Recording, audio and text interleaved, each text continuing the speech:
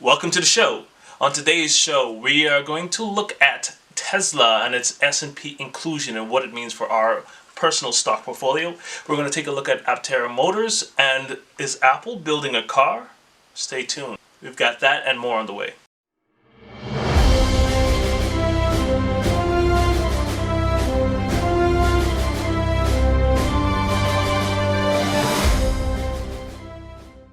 Welcome to Tech Time News, your number 1000th favorite technology show on YouTube. Yes, I know. We created a new show for everyday blurs.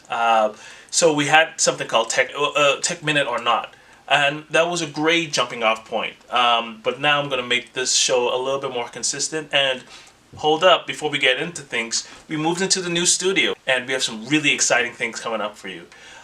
We at the Creators United, which produces this show, we and a few other shows that you'll be seeing coming down the pipeline, we wanted to create a variety of shows that touch on different aspects of our what we consider our viewers would like, straight across the board, from anime, technology to films and movies. It's all coming your way.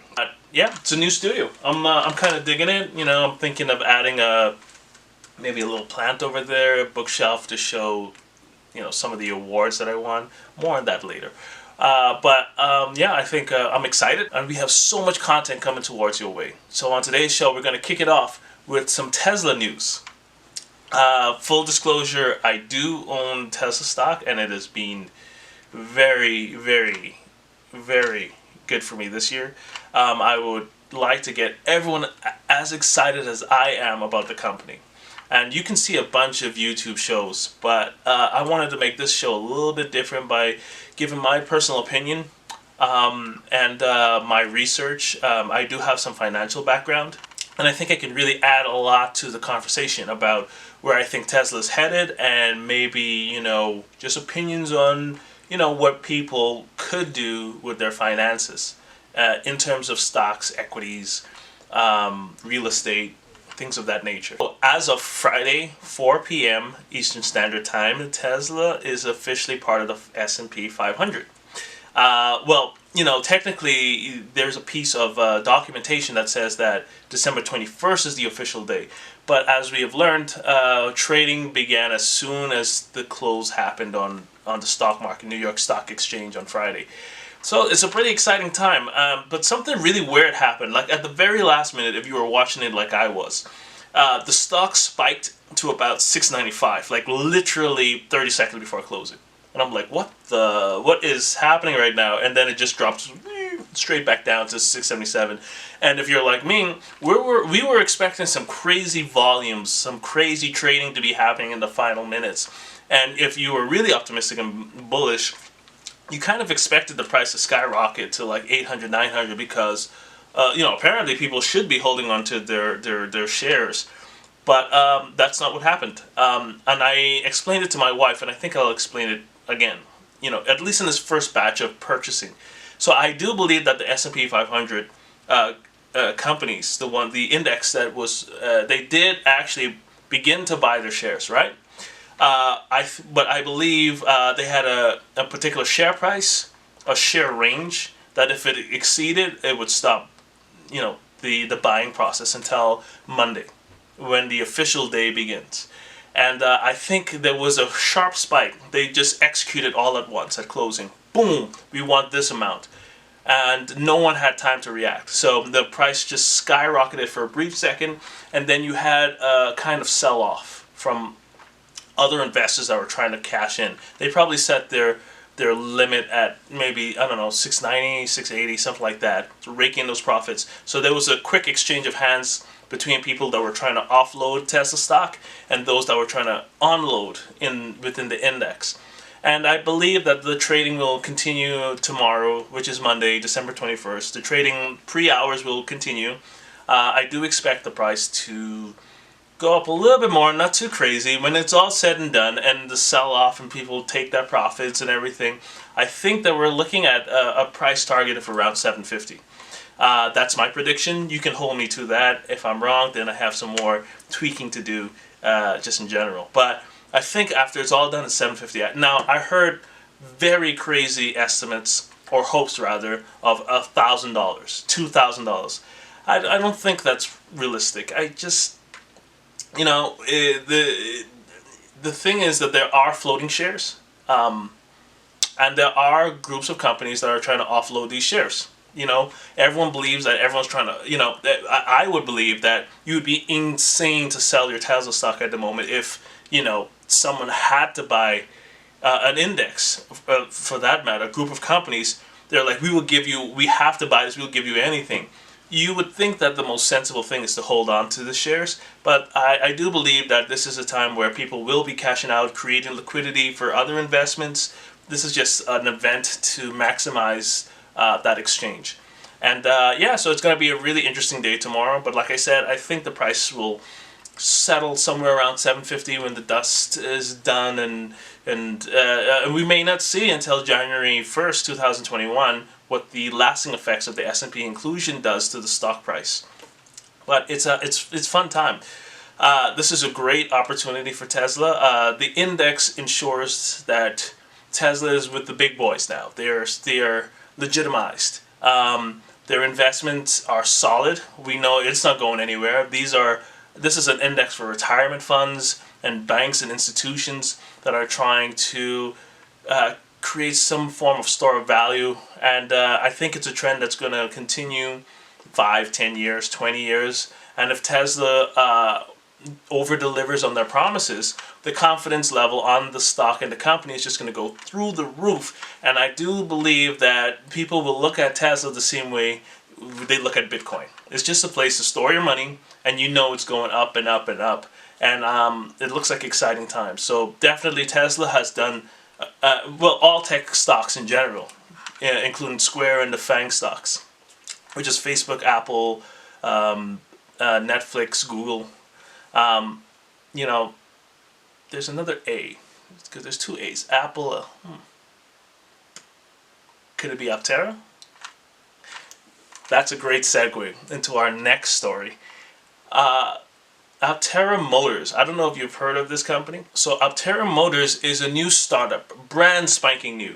Now, I have never really been privy, or rather, how should I say, I have not been fortunate enough to pay attention to the tech space so far ahead where I can catch a glimpse at a potential Tesla, per se, in the making, like at its earliest stage. This is the first time in my life that I think I've discovered a company that may fit that category of something that's going to rise over time. And I caught it before it even IPO'd. So Aptera Motors is a private startup. They want to build electric battery vehicles, but they have a little twist. It can't be called a car. It's more of a motorbike. That's how you would classify it. It's 3 wheels, not 4, so less safety protocols needed, less hoops they have to jump through to get this thing certified for safety and to get it on roads. So they kind of did a smart thing there, I think. They don't have as much money as, as Tesla or, Elon Musk at the time, didn't have a lot of money, but he was still a millionaire. And these are just two regular schmoes that started Aptera Motors, and they kind of built this kind of battery electric vehicle, and they were thinking, how do we make this a little bit more unique? So what did they do? They added solar panels, which they claim gets about the vehicle itself will get about 1,000 miles of range fully charged. Now, I'm a bit skeptical on that number. I'm looking at the white paper of the business, and the blue. You look at how this thing is constructed.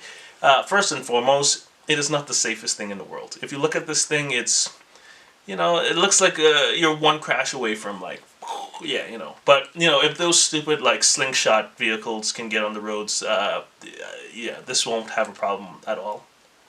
But yeah, it's pretty much a slingshot with solar panels and a really fresh Model 3-esque looking interior, and overall I'm pretty excited. If you look at the promotional video, something very interesting in there. If you look at the charging unit, kind of looks like a Tesla charging port, doesn't it? Yeah, and they are not saying that they are not partnering with Tesla, but they're not saying yes either. So more than likely, this is something that's still kind of in motion. They're trying to get a license to use the infrastructure that Elon Musk developed over the years with the supercharging network. And this is exciting stuff, man. If they can get that, if they actually have solar panels that provide some sort of energy to the batteries, it doesn't have to be what they claim, which at the right now they claim about 27 to 45 miles per day. That's the capacity that the solar panels are producing on the car. They don't need if they can get half that much, and they have Tesla supercharging network. What I've seen, I think they have a very good shot at carving out a piece of the vehicle space. Because can you imagine? Can you imagine if they added just self-driving capabilities, maybe even Tesla's self-driving capabilities? They license that as well. Then you kind of have like this pseudo Tesla company, which brings me to my next point. I really do believe that it has great potential to be bought by Tesla, to be honest with you, because let's face it, in the future, Tesla will need vehicles for India, Indonesia, and most of Asia. And Asia is different than North America. They don't have the capacity or the infrastructure to hold large Cybertruck-esque vehicles. So I'm pretty excited for the company. Right away, they had a funding round. I jumped on board right away, got about 1,000 shares of that thing, and pretty excited. I can't wait to see where they go with it, and here's looking to you. And so to round out the show, what better way than to bring up a little rumor that I heard over the weekend. Were you guys aware that Apple, yes, the Apple, were in development of their own electric car? It's true, yeah. They went through a huge hiring spree. They poached lots of Tesla employees, and they were really working on something called Project Titan. But they were working on something called Project Titan for the better part of the last decade. And it was an electric vehicle startup. It really was. Their plan was to compete against Tesla and to be the forerunner in electric vehicle technology. And that kind of pivoted towards more autonomous driving software capabilities. But there are rumors that they're going back and looking into developing their own car again. Now, I don't know if you saw the early sketches, the early rumored sketches, I would say, nothing official, of the original concept. I mean, it's a wacky car. Look at it here. Yeah, the wheels are completely circular. It was supposed to be, I can't remember the tire company that they were going to. Maybe it's Michelin? I'm not entirely sure, but they were going to create these really spherical wheels that apparently probably can go through buildings probably without going down. That can withstand lots of forces and would generally last a lifetime. And they really tried to revolutionize what a car looked like. Really wacky designs, man. And it's kind of exciting because Apple has a ton of cash. I mean, they are just... I mean, when you're charging for a home button on your iPhone, I think you can demand that type of cash flow, if you know what I mean. So I'm not terribly a big Apple fan for that reason. So, I wonder what an Apple car would look like. How would they monetize that thing, It's like, you have to pay to just turn the car on. You have to pay to turn the car off. Really bad jokes here, but you get the point. Yeah, there are rumors that they will start this car up again. I'm kind of excited to see what they come up with. I don't think they can compete against Tesla at this point, but you never know. They have a legion of loyal followers, so if they produce something, they will definitely get the sales. It's true, those rumors are starting to pick up again, and this has been a crazy year, man. Like, because of Tesla, I will say, and the super bad cold. Because of those two things, the attention in the electric battery vehicle space has really grown. I mean, you can throw a dart. I mean, if Nikola, yes, that Nikola, if Nikola Motors can gain so much attention, and they didn't even have a vehicle, they had a market cap close to $100 billion. if they can do that in this space, then I mean, the doors are wide open. We're creating a bubble for electric vehicles and the electric future, and this is a time that I didn't think I would see. That we are beating the oil companies, right, and the oil nations that kind of prey upon the whole system of the world, and so I'm glad we're getting off of that, and hopefully we see a evolution in the space of energy storage and just a brighter, greener future, more sustainable future. This is something that I can't express.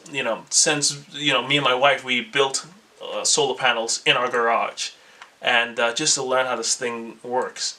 And we're just big fans of sustainable systems. So to see this develop is really exciting, and I hope Apple does it, and I hope the other car manufacturers get their stuff together or go bankrupt. I don't care. If it's a brighter future, some companies will have to go. So thank you for joining me on today's show. This show was kind of about electric vehicles. It's cool, but it's been a really exciting week in that space. And I also touched upon the stock movement in those companies. So take a look at them. Tesla and Aptera Motors, if they have another funding round, check them out for sure. Buy a few shares. It wouldn't hurt. And Apple, they're doing big things. So yeah, check out their shares. I think these are three companies that will definitely grow over the next 10 years and will probably be the front runners of electrical vehicles. So exciting times. So I would like to thank you for watching. Please subscribe and comment if you enjoyed this video. We will have so many shows and content coming out over the next year in 2021. So please stay tuned. I promise you, you will not regret it. And for financial advice, I cannot give officially, but you can follow what I'm doing and how I'm gaining, just a bit of revenue, and give you ideas of how you probably can invest in this space. So yeah, stay tuned to this channel, and we'll be looking at different devices every week, and what excites me and what new technology is on the horizon. So thanks again, guys. Hit that subscribe button, and I will see you next week. So until then, bye-bye.